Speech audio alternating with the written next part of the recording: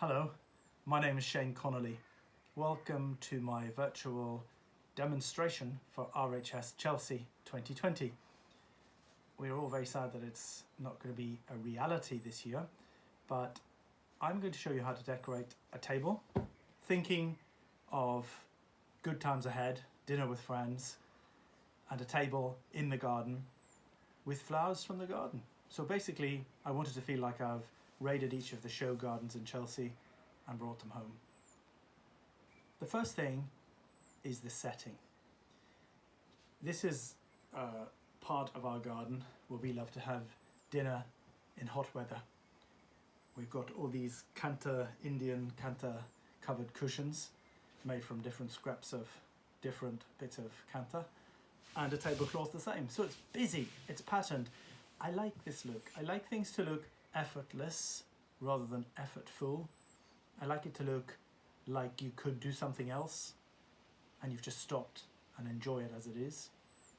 So let's get going and walk around the garden and see what we can find. So it might be worth getting a ladder for these beautiful Cecile Brunner. This one's been going for ages. And more recently planted Adam. Oh, lilac. I really do love lilac. I especially like these species ones. This one, I think used to be called Laciniata and is now called Afghanica. Very tiny, pretty flowers. It just has this brown bit, so we might not use that.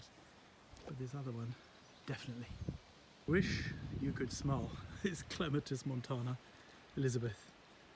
Such a lovely scent. I think we should get a few flowers off this for the tablescape. Certainly there's a nice little bit there that wouldn't be missed. I really love using things that self-seed. Somehow you don't feel so bad cutting them in the garden, especially when they've been generous and seeded all along the whole bed. With these aquilliges, again, I would cut, since I don't need them particularly long, I'm going to cut it there. And again, I'm going to move to a different part of the plant so that we don't end up leaving big gaps or stumps. I'm just going to cut a few stems of this catmint. It's a very generous flower.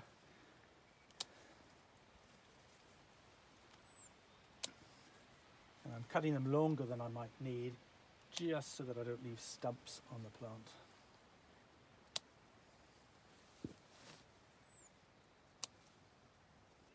It's even more important with flowers that you've cut in the garden to condition them well. Some people forget that. So you want to take off the bottom foliage, recut it, split it if you wish. Same with these long stems.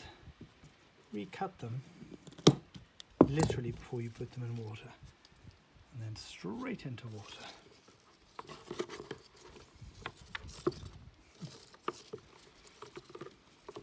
So the most important thing, the trick of the trade with lilac, is you really want to remove every single leaf. If you leave the leaves on, unfortunately the lilac concentrates on the leaves and the flowers wilt. So take the leaves off, snip it, and I split it. Old-fashioned, but it works. So with these roses, very important to condition all flowers from the garden.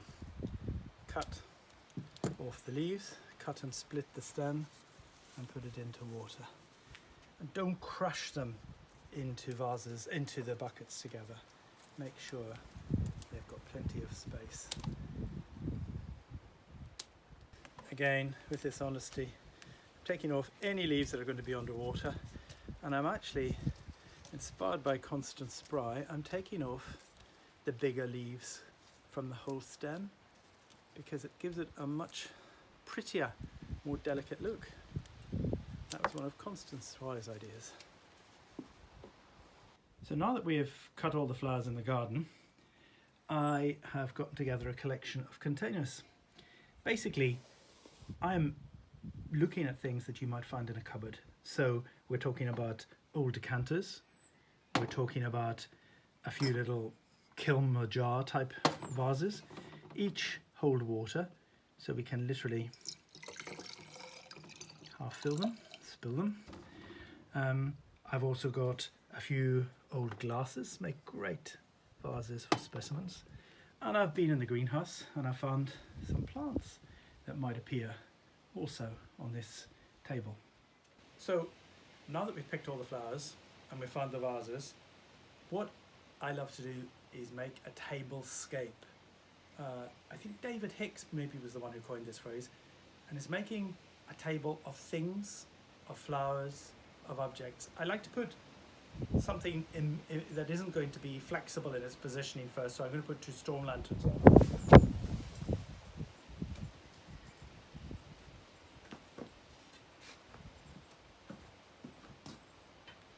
I really like using growing plants on tables, in fact in everything I do.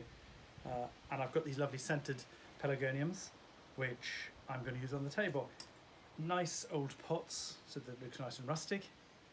This one is copthorn. There. This one, Prince of Orange. We put there.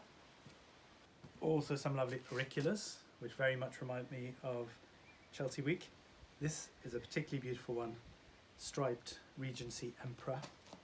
I'm going to put it right in the middle.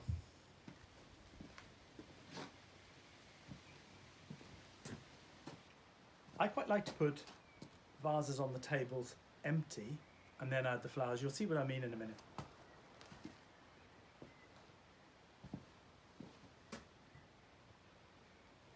So I often think that putting the flowers in to the vases when they're already on the table, it's a bit like painting.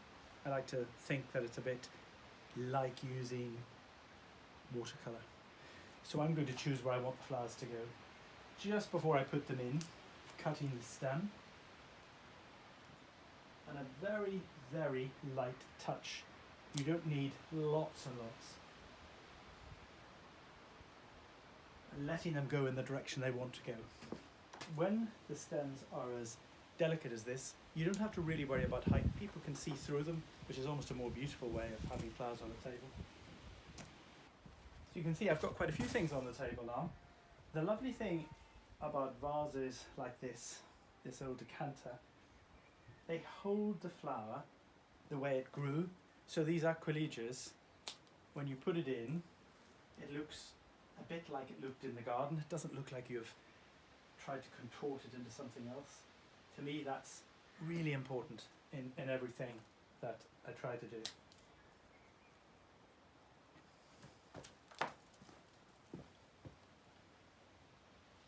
So now that I've gotten the higher level of things, the sort of very light, ethereal flowers, I can now put these more substantial roses and things down low. This is where the real magic begins, because you can put those nestling in so that when people sit here, they have something as beautiful as that to look at.